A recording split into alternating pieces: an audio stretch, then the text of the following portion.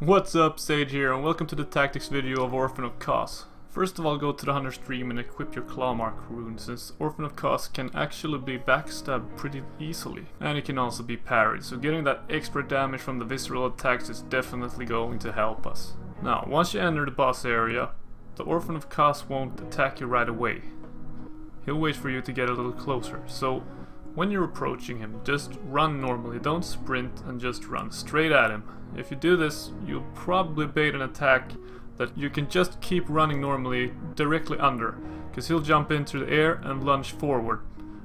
And as you do so, you just run past him, beneath him, and he'll land on the other side and you'll just turn around and do your first backstab. This attack can be baited later in the boss fight again, just by doing the same thing. Just get away from him and approach him slowly.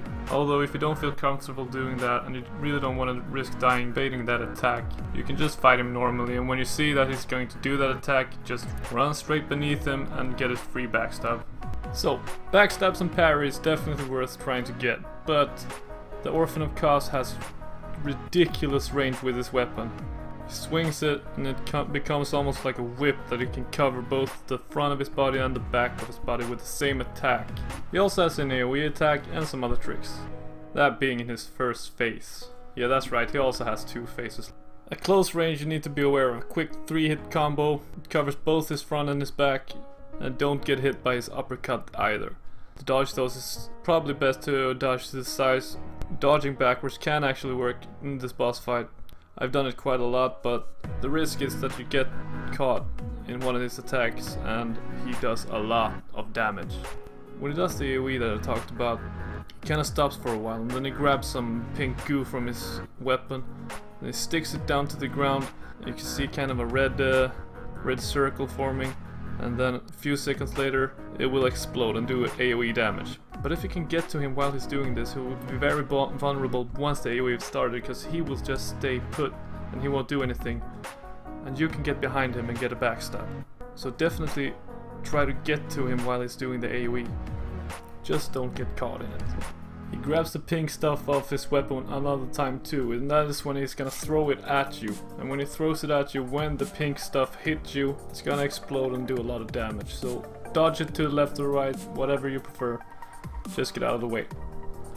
And when you get him to 50% health, he's gonna stick his weapon into the ground and it's gonna do an AoE attack. After this, it will transform into a kin and it's gonna be much more aggressive and will jump around like I don't know what. It's just fucking annoying. The easiest thing to do here is just to try to avoid his attacks, just dodge them, try to dodge in behind him, and then deliver 1 or 2 blows and then get out there again. And just keep on doing this until you defeat him and the boss fight's over. But while you're doing this, he's gonna do a couple of new AoE attacks that he didn't have before, and it's gonna be a lot harder to dodge than the first AoE attack that he did. Now, instead of just one little circle like he did in the first phase, now he's gonna throw those pink things from his weapon. He's gonna throw like 5 at a time, kind of like a half circle in front of him, and each one of those are gonna blow up like the first phase.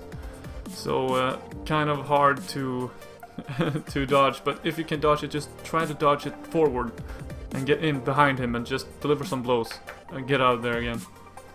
Another AoE attack that has now, he will start screaming towards the sky and call down lightning.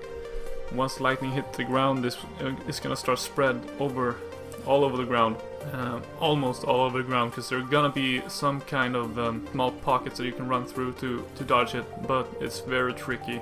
So try to go through those small holes in the lightning that spreads on the ground, and if you can do that, then you're good. But otherwise, just be ready to heal.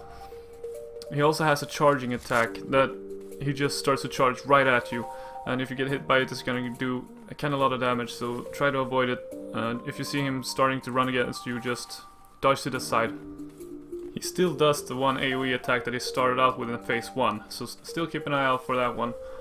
And the last attack that we want to go through is when he jumps up in the air and disappears, kind of like the Ludwig fight. Just roll the fuck away from there, because he's gonna come down on you and do massive amounts of damage. You can try to watch up into the air, see where he is, if you want to take the time for that. Otherwise, just try to roll and try to time your roll so that you're rolling when he hits the ground, because that's when you need to be rolling. Best of luck to you killing Orphan of Kos. I hope this video helped you if you were struggling before. And if you can't figure out what to do after the Orphan of Kos fight, the only thing that's left to do in the new expansion now is to go up to the corpse of the old one and hit the shadow that has risen from the corpse. Alright guys, my name is Sage, and thanks for watching.